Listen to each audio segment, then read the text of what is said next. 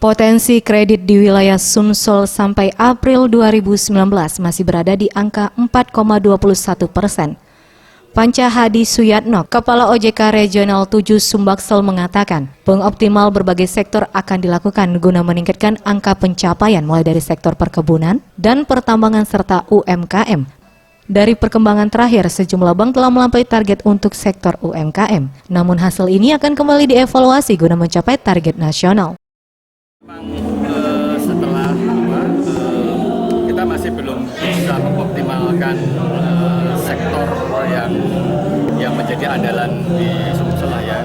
Jadi kita masih sektor-sektor perkebunan seperti karet, sawit ini kan batubara ini juga belum optimal kembali. Nah, tahun lalu kita akan terbantu dengan adanya Asian Games sehingga pembangunan itu dilakukan. Nah, sekarang kan kita belum kelihatan. Nah, kemudian juga kemarin dengan adanya pemilu memang agak berbeda ya dengan pemilu sebelumnya. Di rupanya juga tidak bisa menggenjot pembiayaan ke sana.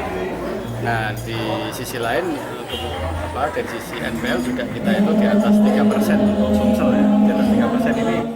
Pihaknya terus mendorong sektor perkebunan dan pertambangan agar dapat tumbuh melampaui target, serta infrastruktur yang menjadi fokus pembangunan pemerintah, setidaknya dapat menaikkan pertumbuhan ekonomi di Sumsel.